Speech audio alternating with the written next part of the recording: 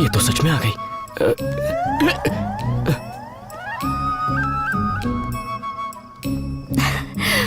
मैं सच कह रही थी ना, अब तो विश्वास करते हो? तो और क्या करना पड़ेगा? सुपर वुमन की तरह जंप मार के वापस जाओ। मैं इतनी सज धज के आई हूँ और तुम मुझे वापस जाने के लिए कह रहे हो? चलो। चल हट, मैं इस शहर को जानता भी नहीं। अरे तो मैं हूँ ना, चलो। नहीं यार, नहीं हो कहाँ गई? जल्दी चलो। अरे चलो ना, वरना हमारी वार्डन आ जाएगी। बस यही रोक दो। आओ बैठो ना।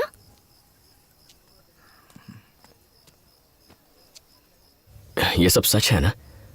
ऐसा ना हो कि अचानक नींद खुल जाए और ये एक सपना निकले। मैं सपना नहीं, हकीकत हूँ। अच्छा, पास आने कहूंगा तो आओगी? और पास आने कहूं तो? अगर मैं किस करूंगा तो चलेगा क्या? पक्का करूंगा? हाँ? पक्का ना?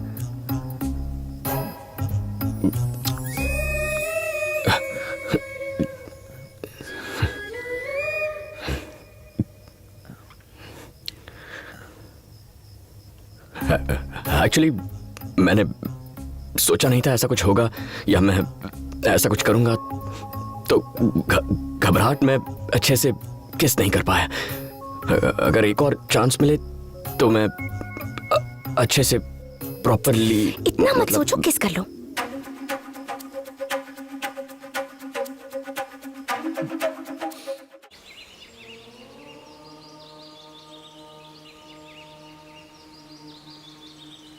मेरा बेटा शिवा जब वो 12 साल का था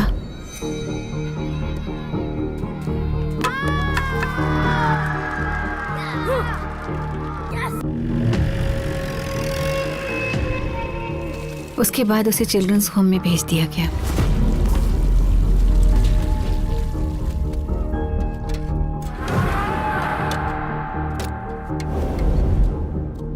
छह साल की सजा काटने के बाद भी उसमें कोई बदलाव नहीं आया। वो आज भी वैसे ही कपड़े पहनता है। घर में इतनी गाड़ियां हैं फिर भी मिनी बस में ट्रैवल करता है। समझ नहीं आता वो क्या सोचता है, वो क्या बन गया है, आखिर वो चाहता क्या है। उसकी माँ होने के बावजूद मैं समझ नहीं पा रही कि उसके दिल में आखिर क्या है। जीतने के लिए वो किसी का भी कत्ल कर सकता है। अगर जीत के लिए उसके अंदर ऐसी ही तड़प रही तो आप ही बताइए वो एक सुखी जीवन कैसे जी पाएगा गुरुजी।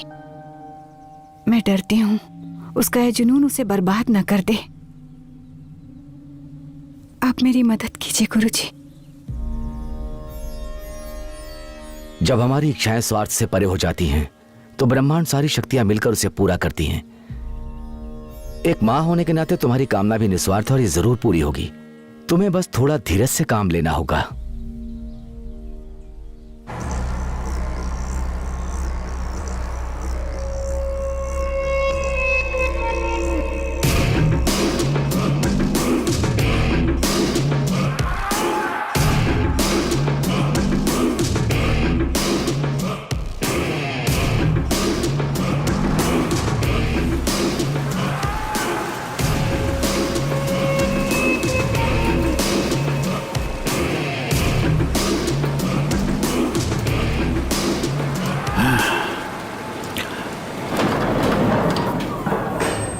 शिवा, पता है, मुझे पता है तुम कौन हो और यह भी पता है कि यहां क्यों आए हो।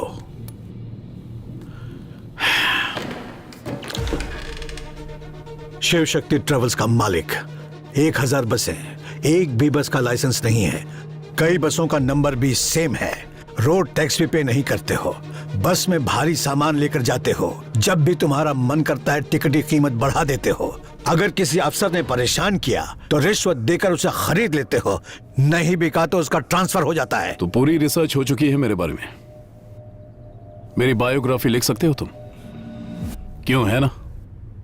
तो आपको क्या लगता है मैं यहां क्यों आया हूं? 3 महीने पहले 40 लोग मारे गए थे जब तुम्हारी बस में आग लगी थी। तुम वही लेने आए हो ना? अरे नहीं नहीं अंकल, बिजनेस करने। आप बड़े हैं, मुझ जैसे छोटे बच्चे की छोटी मोटी गलतियां माफ कर देनी चाहिए। कैसे माफ कर दूं?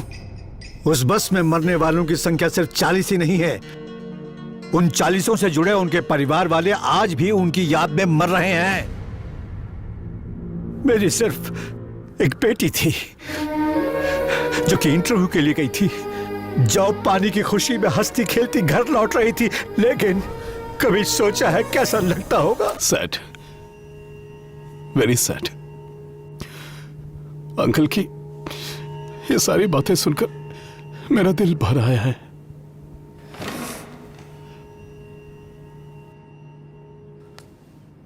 अंकल को तकलीफ मत देना, ये जो भी मांगी इन्हें दे देना और सारे सबूत ले लेना। ठीक है भाई। सुनो, जंग में मैंने अपना एक पैर खोने के बाद दुश्मनों से डटकर मुकाबला किया था। आज भी लड़ूंगा। जब तक तुम्हें हरा ना दूं तब तक लड़ूंगा। मुझे हराने की बात करके मेरे ईगो को हर्ट करने की कोशिश बिल्कुल भी मत करना अंकल। क्यों खामखा मुझे मजबूर कर रहे हैं? मेरा ईगो कभी हारा नहीं है। सारे सबूतों को जला देना, कुछ भी बचना नहीं चाहिए।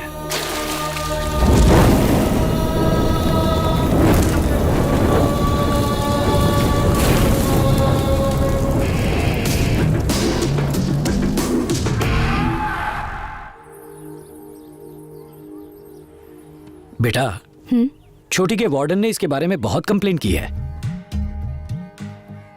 मैंने सोचा वहां रही तो बिगड़ जाएगी, इसलिए यहाँ ले आया। वो भी कौन सी दूध की धुली है? अच्छा, अब उसने ऐसा क्या कर दिया? वो सिर्फ सबकी कंप्लेन करना जानती है और कुछ नहीं।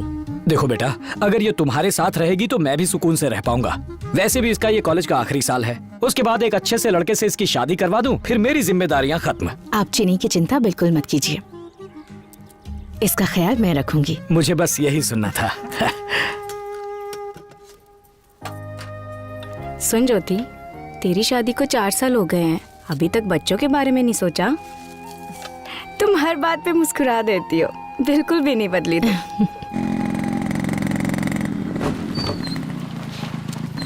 क्यों मुन्ना, कोई जॉब ढूंढा या ऐसे ही भटक रहे हो? ऐसे ही क्यों भटकूंगा सर, गर्लफ्रेंड के साथ भटकता हूँ। बहुत बिजी हूँ। तुम्हारी गर्लफ्रेंड? शारदा, बहुत अच्छा जोक है, सुनोगी तो पूरे रास्ते हंसोगी।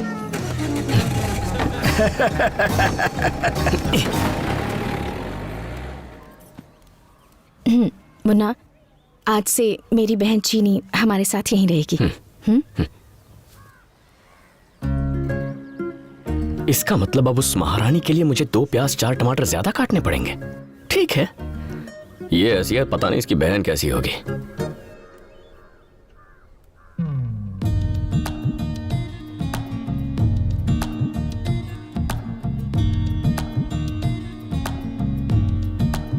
मैं किसी और को क्यों देखूं? अब कैसे छेड़ूं इसे? अब प्याज काटने का सबसे आसान तरीका, ना आपको अपना हेलमेट पहनना होगा, ना ही अपने गॉगल्स। प्याज काटने का ये सबसे आसान तरीका है, और तो और इसे इस्तेमाल करना भी बहुत आसान है। तो अभी अपना फोन उठाइए और स्क्रीन पर दिए नंबर पर हमें कॉल कीजिए और ऑर्डर कीजिए अपना वेजिटेबल कटर। हमें कॉल कीजिए। बोलो। क्या कर रहे हो? एक 5591 अभी ऑर्डर करते हैं तो आपको मिलेगा 50% डिस्काउंट। हाँ बोलो। तुम तो कुछ ज्यादा ही बिजी हो। हाँ, यही थोड़ा इम्पोर्टेंट काम था। अच्छा, उस दिन की तरह आज रात फिर से घूमने चले? हेलो हेलो हेलो हेलो, चुप क्यों हो गई? कुछ नहीं, वो वार्डन आई थी, मैं तो पकड़ी ही जाती। पकड़ी तो नहीं गई ना? हॉस्टल आ रहा हूँ तुम्हारे, दीवार कूद जाओ। वार्डन चेकिंग के लिए निकली है, मैं बाहर नहीं आ सकती। हेलो,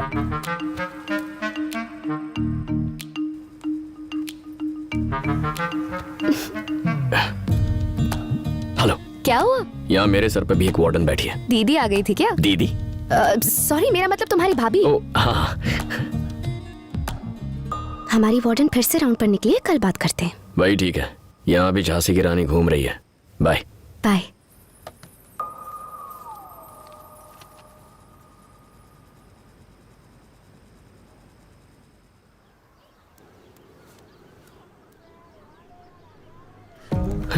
किसी ने मेरी चप्पल चुरा ली। वो नई चप्पल आपकी है, मैडम ने आपके लिए खरीदी है।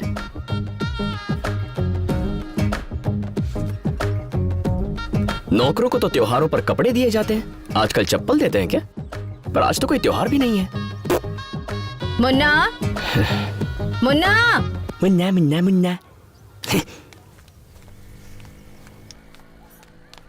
मेरी बहन को रोज कॉलेज ड्रॉप कर देना और शाम को ले भी आना।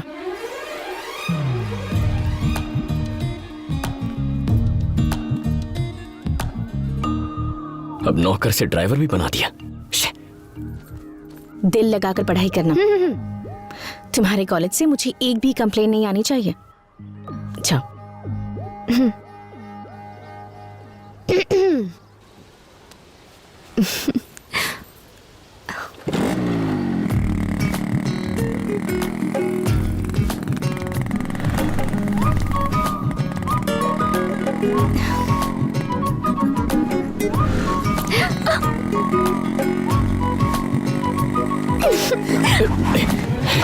छोटी मालकिन उतरिए, उतर जाइए।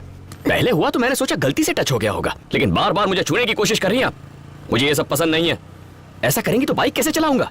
हैंडल पर बैठ जाऊं क्या? देखो प्लीज रोना मत। सॉरी, मुझ जैसे लड़के को देखकर फिसल गई होगी, लेकिन मेरी एक गर्लफ्रेंड है यार। मैंने फेसबुक पर स्टेटस भी चेंज किया, जाकर देख लो। मुझसे दूर रहो प्लीज। पल्लवी को धोखा नहीं दे सकता। आओ बैठो। दोनों के बीच में आधे फुट की जगह होनी चाहिए, तभी कॉलेज पहुंचेंगे। मेरी तरफ नहीं, दूसरी तरफ चली जाओ। बीच में अपना बैग रख दो।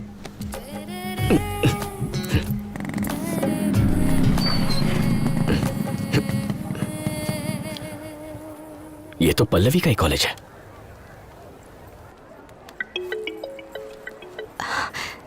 हेलो, कहाँ हो तुम? इस वक्त कहाँ हो सकती हूँ? कॉलेज में हूँ। तुम कहाँ हो? मैं कॉलेज के बाहर।